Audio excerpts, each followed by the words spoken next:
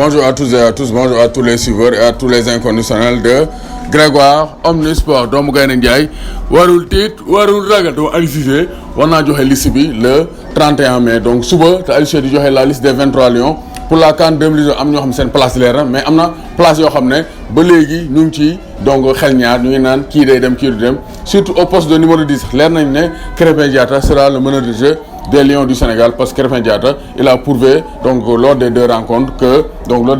face au Mali et au Madagascar qu'il sera donc un joueur majeur des Lions du Sénégal pour la CAN 2019 mais au poste de numéro 10 am na joueur yu nekk ay suppléants yoo xam ne war nañoo mën a suppléer Krépin Diatta lors de la CAN parce que du ñu yóbbu benn meneur de jeu kese parce que Krépin Diatta il doit des fois sortir wala donc bu nekkul sous forme ñu remplacer ko avec un joueur léegi kan moo war a nekk suppléant ou bien remplaçant de Krépin Diatta pour la CAN 2019 pour moi il y a deux candidats susceptibles de remplacer Krépin Diatta au poste de meneur de jeu il y a Santy Ngom le Nancéen et Opanguet le Messin donc ñaar ñooñu war nañoo mën a suppléer Krépin Diatta au poste de meneur de jeu même si Pape Alioune Ndiaye mën na ko def mais Pape Alioune Ndiaye je pense que il est beaucoup plus défensif que les autres sont carrément offensifs donc Santy Ngom Opanguet aussi il peut dépanner au niveau des ailes donc je pense que ces deux joueurs pourraient être appelés par Aliou Cissé ou bien mu woo kenn ki je pense que bu amee kuy dem donc kenn rek mooy dem léegi Opanguet lay njëkkee Opanguet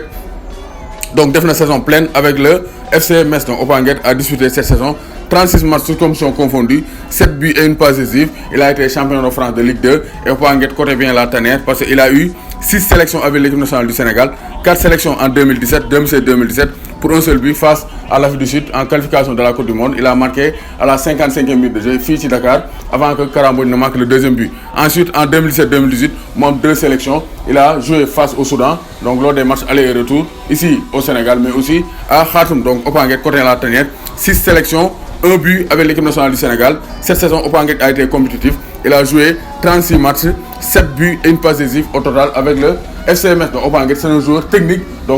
qui a donc une large palette technique qui peut jouer sur l'aile donc qui peut jouer en meneur de jeu parce que dafa am technique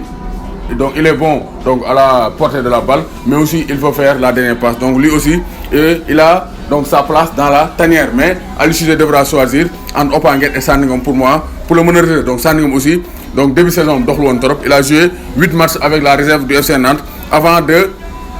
d'aller en Nancy en janvier donc transfert boobu moo baax ci moom parce qu'il a participé à la remontée du FC donc de l'AS Nancy Lorraine l'ancien club de Pape Malick Diakhaté l'ancien club de Alfred Ndiaye donc l'ancien club de Salif Sané donc Opanguet donc kii di Santy Ngom joué na 16 matchs avec Nancy en 2019 3 buts et une passe décisive donc Santy Ngom c'est un grand joueur aussi lui aussi ba pare c'est une belle patte gauche te équipe nationale du Sénégal comme ni ko Fallou laay waxee borom Rio Grande équipe nationale dañoo manqué pied gauche surtout au niveau des postes offensifs même poste défensif sax y a un manque il y a une pénurie de pied gauche dans la tanière te Opanguet donc kii di Santy Ngom war naa mën a nekk donc pied gauche bi dissiyé donc à la Fadiga te il a fait ses preuves lors de ces 2 sélections surtout lors de ces 2 premières sélections face à la Bosnie et face à l'Ouzbékistan il a séduit le peuple sénégalais avant d'avoir sa 3e sélection face au Mali dernièrement face au Mali en amical au stade Léopold Sédar Senghor donc Opanguet donc am na 6 sélections 1 but en équipe nationale du Sénégal Santy Ngom am na 3 sélections 0 but donc ñoom ñaar je pense ils seront en concurrence pour donc accompagner Krépin Diatta dans l'animation offensive des Lions du Sénégal par une chose sûre Krépin Diatta am na avance ci ñaari joueurs yooyu et pour moi Aliou Cissé war naa mën a yóbbu kenn ci ñaar ñooñu soit Santy Ngom le gaucher ou bien donc Opanguet le Messin donc ñoom ñaar kenn war naa mën a dem kan la Aliou Cissé di yóbbu may xaar seen réponse en commentaire qui de Santy Ngom ou bien de Opanguet pourrait accompagner Krépin Diatta donc en Égypte pour donc animer le jeu des Lions du Sénégal Opanguet ou Santy Ngom may xaar seen réponse en commentaire doomu Gaynde Ndiaye warul tiit warul ragal donc maa ngi bëggee les inconditionnels de Grégoire Omnisport Vito Ndaw maa lay bëggee bu baax Demba Ndaw ñaa maa lay bëggee bu baax a baax donc ca kaw ca kanam a kanam